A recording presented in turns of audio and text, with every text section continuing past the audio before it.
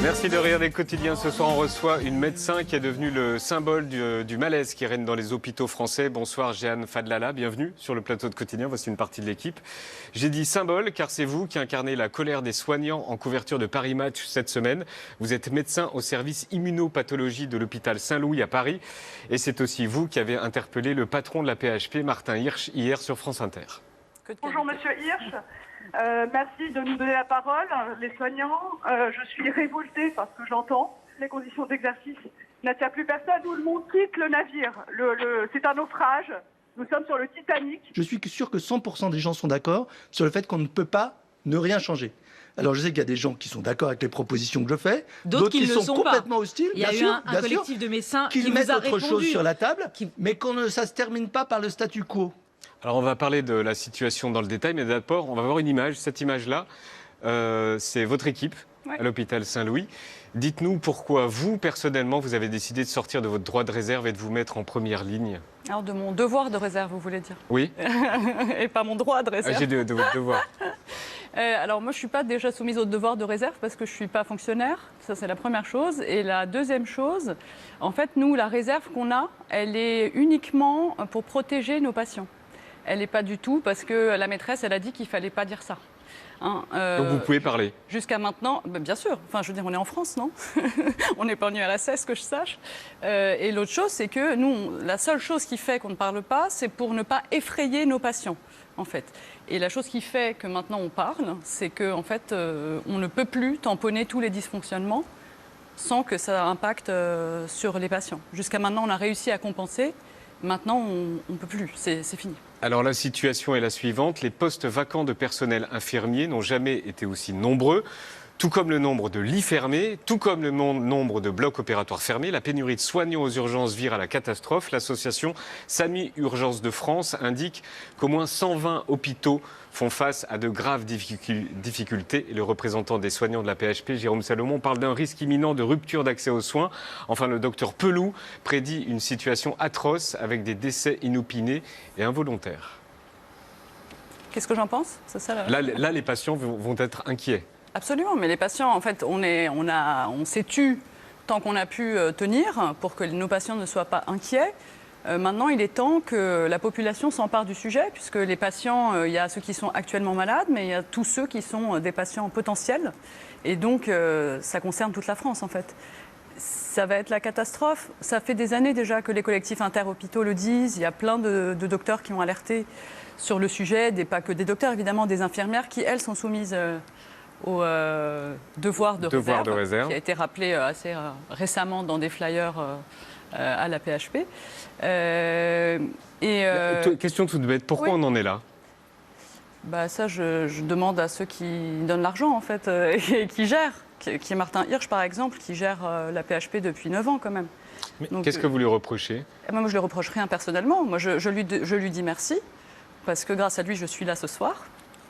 D'une part, et d'autre part, en fait, sa réponse hier, elle est éloquente et elle reflète un peu le mal-être et la maltraitance institutionnelle, parce qu'il a été très dédaigneux. Enfin, vous n'avez pas mis tout ce qu'il a répondu, mais il m'a dit que j'avais qu'à aller travailler ailleurs, etc., et que les CDD de 5 ans. Il a fait d'ailleurs plein de propositions qu'il a sorties cette année, après 9 ans de présidence à la PHP. On n'est pas du tout les uns contre les autres. Au contraire, nous, on aimerait travailler tous ensemble. Mais force est de constater qu'il ne nous parle pas très bien. Il s'est illustré dans ce qu'on vit quotidiennement.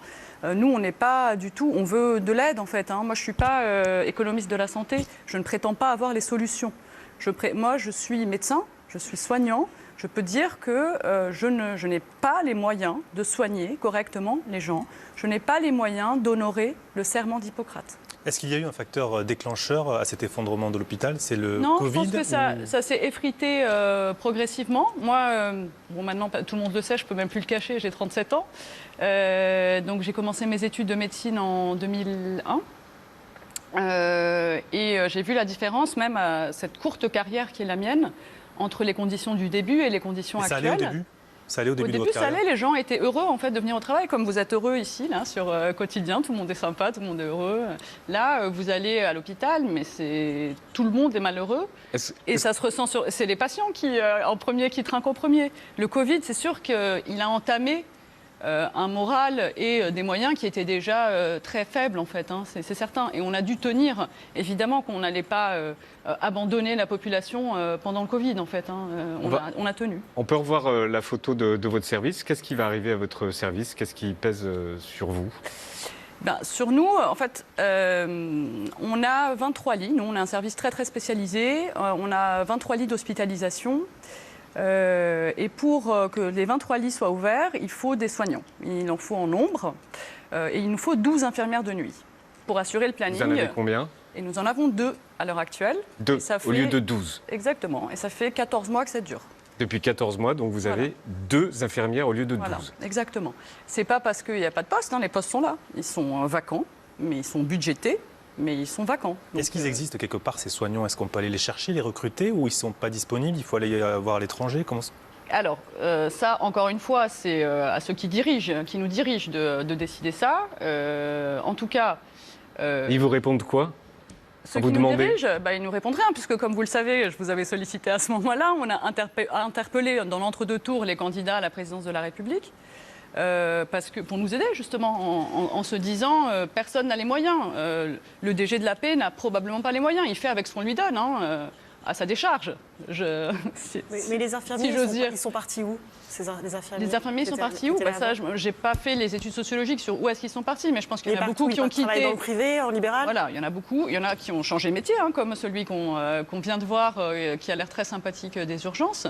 Oui, qui pense à le faire, qui l'a pas fait. Il pense à le faire. Mais il y en a qui ont évidemment passé le pas. Alors l'herbe n'est pas forcément plus verte. C'est ce qu'on répond d'ailleurs souvent. Si vous voulez vous casser, cassez-vous. C'est comme ça qu'on nous répond. Mais si, c'est ce que a dit Martin Hirsch d'ailleurs. Il m'a dit qu'il y avait plein de postes vacants ailleurs et que je n'avais qu'à aller ailleurs. En fait, ce qu'il faut que les gens comprennent, c'est que nous sommes des soignants, nous avons une expertise, indépendamment de... On n'est pas des pions, en fait. C'est ça qu'on essaie de dire aux gens. On ne peut pas dire, toi, t'es là, il manque quelqu'un, tiens, on va te déplacer de là à là. En fait, ça ne marche pas.